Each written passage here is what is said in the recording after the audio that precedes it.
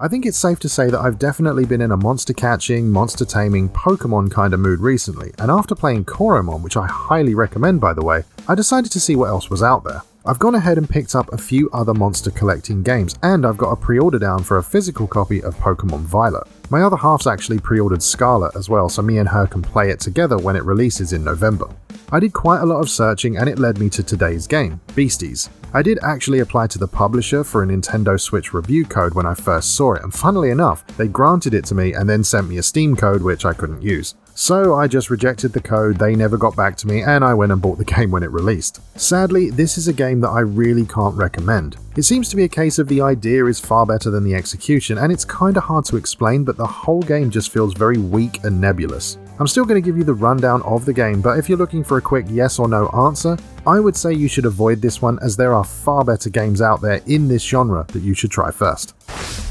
So what is Beasties? Well, it's an adventure game that mixes monster collection with turn-based match 3 puzzle combat. The story is a simple one. You play as a new trainer who has just passed his theoretical exams and now must complete the practical section. The practical section involves you going out into the world, battling, training, capturing, and befriending beasties while looking for a master trainer who's gone missing. At the start of the game, you'll be dropped into the village, which acts as your home base and where you can make use of the various services on offer. As you can see, the characters and world are presented in this modern cartoon style, with the player character and the NPCs represented by these cards which can hop around. The village contains a shop, a repairman, a healer, and a beastie factory where you can swap out your party of beasties or level them up. The shop sells materials as well as healing items and this game's capture device known as a beacon. There is no voice acting in the game, but the word beacon sometimes has the letter C capitalized, so perhaps it's meant to be said as beacon. I'm not entirely sure, but that's how it looks. The repairman is able to fully repair your tools, which have limited uses when you're out in the wild.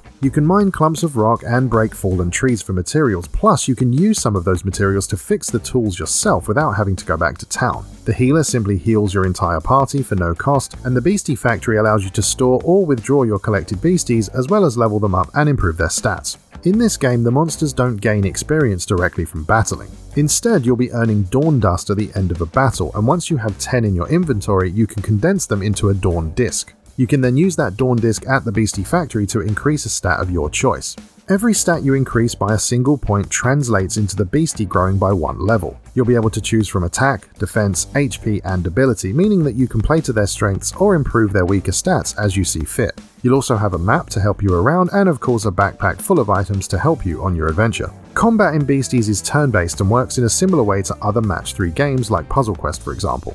As you explore the world, you'll see lots of tall grass, and as you might expect, walking around in it will trigger a random encounter. Once you're in the battle, all you have to do is match 3 of the same stone horizontally or vertically. If you match the grey stones, your beastie will perform a simple attack. However, you may have noticed that each beastie has a coloured stone on their card. Here you can see that my beastie's colour is green, and I would need to match a total of 10 green stones in order to charge that ability. These abilities vary from beastie to beastie and can be things like status inflictors, attacks, or heals to name a few. Each beastie also has a blue shield which fully regens between battles, unlike their actual HP. In order to catch a beastie, it must first be weakened by lowering its HP. When the beastie is weak enough, the beacon image will appear at the bottom left, letting you know that you can attempt to catch. Once thrown, you'll get that classic 3-pulse catch mechanic effect, and then if you're successful, they'll join your party. Performance-wise, I did notice that the frame rate dipped quite frequently in the open areas, but everything does look quite clean and crisp for the most part. The game is available right now via download on both Nintendo Switch and Steam. The Switch version also has a physical release, which again is available right now. So you already know that I didn't really like the game and I wouldn't really recommend it. But why? Well, it's a number of things actually. The first thing that hit me was the visuals. I am absolutely not a fan of this look. I don't like the art style itself or most of the beastie designs either. Some of the human characters are just downright creepy. I mean, the instant that I saw this character named Jeff, I thought of the dummy from Goosebumps. I mean, sure, he's blonde and everything, but tell me you don't see it. He is very unsettling. And I mean Jeff, by the way, not the dummy.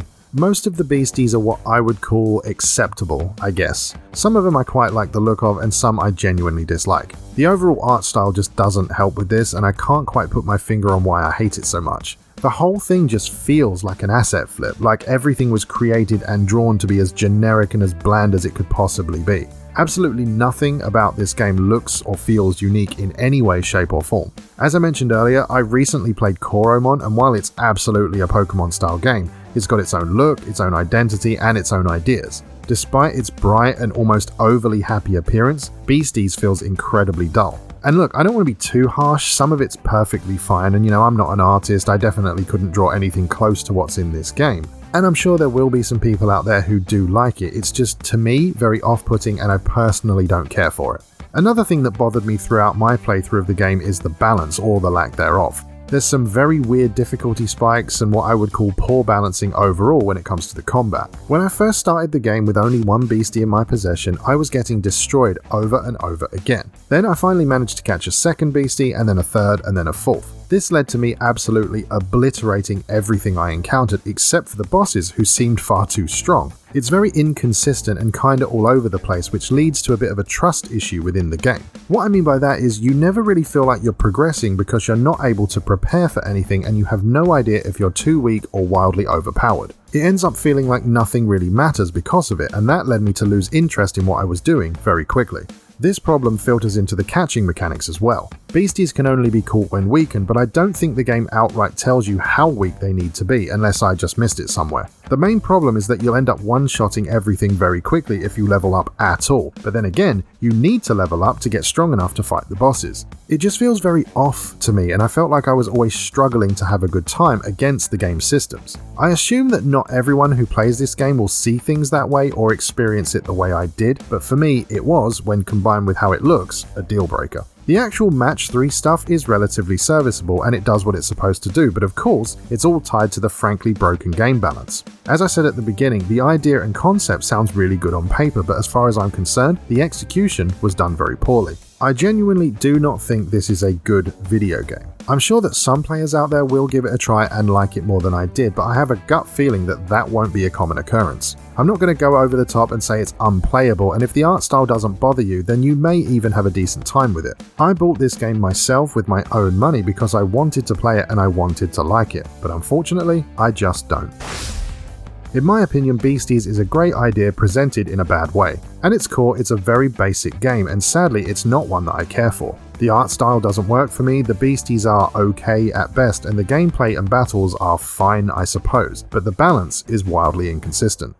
Ultimately, as far as my tastes and preferences go, the game seems to miss every target that it aims for. It's not complete garbage, and I think there is some enjoyment to be had, but there's just so many better options out there in terms of monster catching. If you're still somewhat interested in it, I would move it right to the bottom of your list and maybe try Nexomon, Koromon, Monster Sanctuary, Monster Crown, and Monster Harvest, to name but a few. There are just so many better choices available, and in my view, Beasties just doesn't compare. If you enjoy the video, I really hope you'll consider subscribing, and if you like what I do and want to help support the channel, please check out the first link in the video description down below. Thank you very much for watching, and I'll see you next time.